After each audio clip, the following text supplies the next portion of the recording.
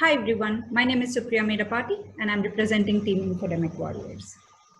So we are fighting an infodemic in the midst of COVID-19 pandemic. In these times of fear, panic and anxiety surrounding COVID-19, general public turns to social media to communicate their opinions, fears, emotions, and get information.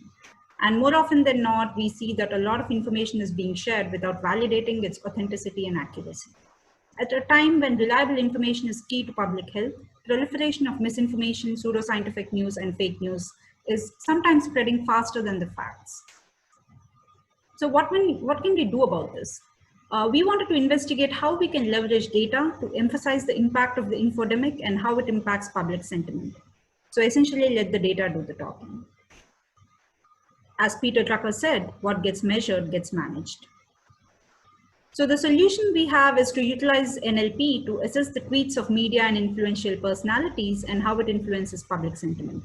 Understand public perception and the influence of misinformation on public sentiment, to help policymakers with data-driven decision-making, to inspire media and influential personalities to be more cognizant about what they're sharing, and also to wake up general public to be more conscious about their news consumption.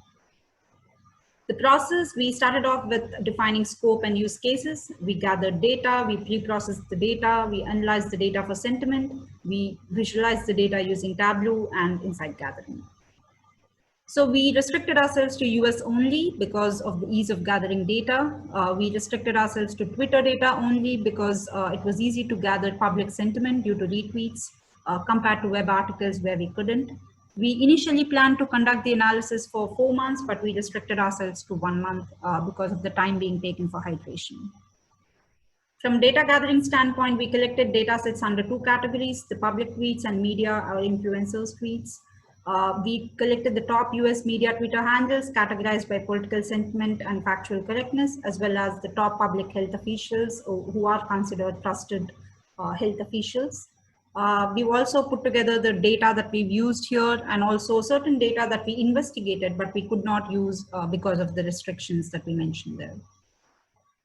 From a data pre-processing standpoint, we collected tweet IDs and hydrated them. We removed hashtags and URLs. We performed tokenization, punctuation, removal of stop words, abbreviation expanding, stemming, correction of spellings. From a data analysis standpoint, we identified key global events like the recent event of Trump supporting and wearing a mask publicly, the whole mental health situation around COVID-19, and a couple of conspiracy theories linking 5G technology to COVID-19 or the conspiracy around Bill Gates and vaccines. We prepared topic query phrases and keywords. We generated BERT sentence embeddings for both tweets and topic queries. Look at sentiment analysis. We can see for the situation or for the event where Trump started wearing a mask and supported mask wearing.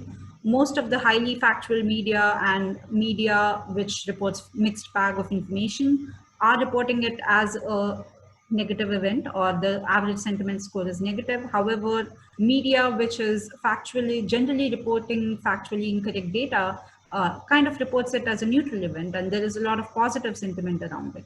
Though a lot of people are not retweeting that data, as you can see, there are certain cases where they are indeed retweeting.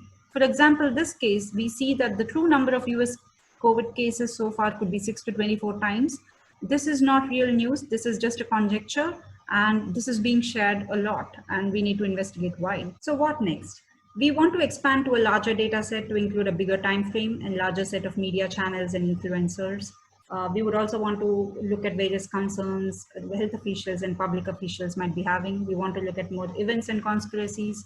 We also want to create a go-to dashboard for the public. And thank you so much. I'd like to thank Bruce Hoffman and Karthik Subramanian, our mentors. We also want to thank Hackmakers for this opportunity to get together. Thank you.